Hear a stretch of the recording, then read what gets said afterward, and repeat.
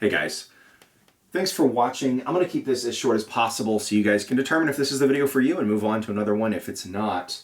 I know how painful it can be when you're trying to troubleshoot problems and you look on YouTube for help, look for tutorials, maybe someone that has similar issues and see if they've been able to resolve it. Maybe they can resolve yours. I know how painful that can be. I've been through this many, many times. Unfortunately, I'm back in the same boat. So brand new build and lots of issues. So my problems are lockups, Windows 10 Pro, 64-bit OS, and I'll be doing something. It could be browsing the web, it could be gaming, and the system will just completely lock up, lose complete control. Got to hard power it off. Other things would be random shutdowns. So I'm moving along, doing something, and then just immediately lose power. No shutdown initiated, just shuts off. After usually one of these events occurs, I have a hard time posting. It'll fail post several times and then eventually boot into safe mode after giving me numerous BIOS error codes. And then safe mode will then boot into the OS, no problem. Now, understand this too.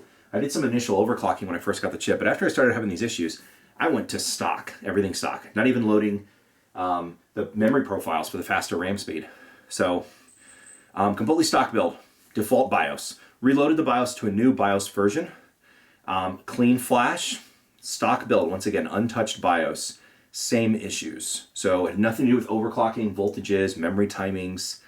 So then I started looking into possibly memory. Memory is usually one of the first culprits I think of when I think of system instability. Pulled out all the RAM sticks but one. Left that in there, did some memory testing, passed. Put 2 in, passed. 4 in, passed. Tried some RAM from another system, another DDR4 system. That RAM also worked fine. I could get into Windows and do memory testing. Like I said, it would run for a day. Sometimes it'd run for an hour. Sometimes several hours. I could game for a while, turn it off, be fine, walk away, get a drink, come back, and it would crash again. So it was all over the place. I couldn't intentionally reproduce it. I had at this point deemed that the RAM was fine. The RAM stick channels, the DIMM slots, were fine. So now I'm pushing it back to then the motherboard or CPU, which is not what I wanted it to be because it's more painful to replace, they're more expensive components. So now this is also the harder thing to determine what is what. So, knowing what I knew, I did try reinstalling the OS just for giggles. Of course, I tried a different video card, and nothing. Didn't make a difference. So, fortunately, my brother had a Ryzen 1st Gen 1700X CPU. I was able to pull that chip out, pop it in this system. It is compatible. And it booted up, got into Windows, and 30 minutes later, locked up. Turned it off, wouldn't post. Gave me new error codes. One about the VGA BIOS not working. Codes, once again, were all over the place. I probably had 12 or 13 different codes, all different spots. Even the 00 code, which in the manual, the Asus manual, claims is not a code. So all these things happening. I called up Asus to talk about the motherboard, because that's what it's pointing at. And Asus did acknowledge that it could be the motherboard. They seemed more confident that it was the CPU, actually. Even though I told them that I got a different CPU and popped it in there. They said that error code 00 actually did indicate that that was a CPU process initialization failure, even though it doesn't indicate that in the manual or online anywhere.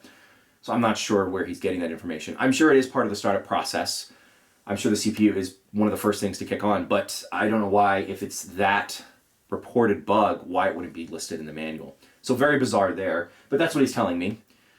Of course, there's no issues RMAing the board. He was open to that idea. He suggested I do a little more testing and then call him back. I got a case number. Once again, I mean, it was a clean install of the OS, running bare bones, ran one memory stick, and it was still locking up with the 1700X. So the only thing that's in the system that hasn't been replaced is, of course, the motherboard. So I've deemed the motherboard bad. It does make a lot of sense when you consider all the different error codes it was giving me. Typically, when you do have a failing component, you're fairly consistent with error codes, BIOS codes, and they may not be the same code every time, but at least it's consistent with the product that's failing. So if it's memory, if it's the video card, CPU, typically if it's something like that, the motherboard is, especially these new ones, are intelligent enough to determine, okay, there's a fault here. And it may be different faults, but it's at least the same component. The fact that they were all over the place did help me point a little bit more towards the motherboard. Now, this motherboard, and I'll zoom in a little closer so you guys can see the build. I will have all the specs mentioned in the description below, but I still think it's important for you guys to see the system. So once again, this is a third gen Ryzen 9 3900X. And then I have a nice motherboard, a Formula Crosshair 8.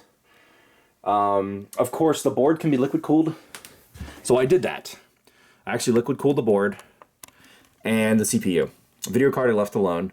So let's make this extra painful for testing, pulling components off, and even to replace it. It's going to be a pain in the butt. I've got most of the work done, but I still got to pull the board off.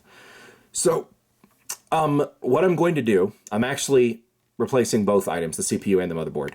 Now, I'm 99% certain it's the motherboard, based on the CPU testing I did. So I'm actually going back through Amazon. I've only had this board for about 2 weeks.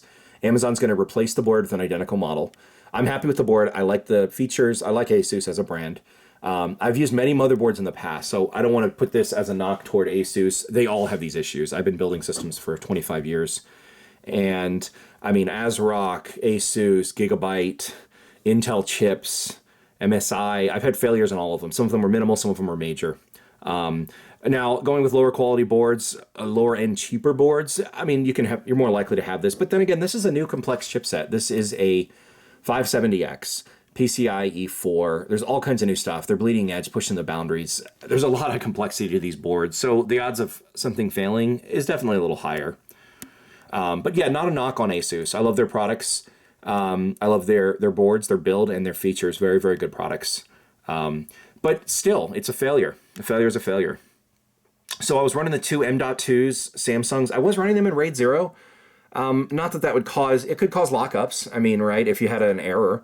But it wouldn't cause power loss. It wouldn't cause posting issues. So once again, not the issue there. I did move it back down to a single M.2 and did a standard install on that, just in case, and it was not that. I am running two 2.5-inch Samsung Evo drives in RAID 0 as well. I did disconnect those just to make sure. Once again, I stripped down to go as bare bone as possible. Removed all the USB ports on the back, anything peripheral-wise that I didn't need removed. Really, when it comes down to troubleshooting these, you want to keep it as bare bone as possible. Disconnect fans if you can, disconnect systems, because if there's a short, that can also create motherboard power offs and random loss in power shutdowns. System will try to protect itself. So those things can help, of course. So like I said, I'm going to return the motherboard for a full exchange with Amazon. Now, I'm also going to swap out the CPU. So I'm doing an exchange sort of return with the CPU. I'm going to end up going with the newer 3950X, and it's only newer by a couple months. But I'm going to go with the better CPU, the faster and more core CPU. Since I'm going through all these problems, I feel like, what the hell, might as well. So I'm doing that just for good measure. Like I said, I'm not doing it because I think the CPU is bad. All my testing points to otherwise, it's the motherboard, but I'm just giving you guys an update on my build. It is a pain in the butt to drain these things, and then refill them again. It's not horrible, I guess, but disconnect the fittings, clean the fittings, the ends. I'm gonna have to leave this in a state of, I'll close up the ports, and I have those closed, little plugs in there. But still, it's still a pain in the butt. So that's kind of where I'm at. I'll give you guys an update later on the build as I get everything back together again. But I hope this does help everyone. If you have any questions or maybe a different issue or having trouble narrowing it down, please let me know in the comments. I'll help as much as I can. I've built hundreds of computers, lots of gaming rigs, custom loops, through multiple generations as early as the late 90s. So I've been doing this a long time, since I was very, very, very young. So I love it. It's my passion. Of course, you run into these issues, even the best of us. And you just try to get through it and work through it as best you can. So thanks for watching, guys, and I hope that this was helpful.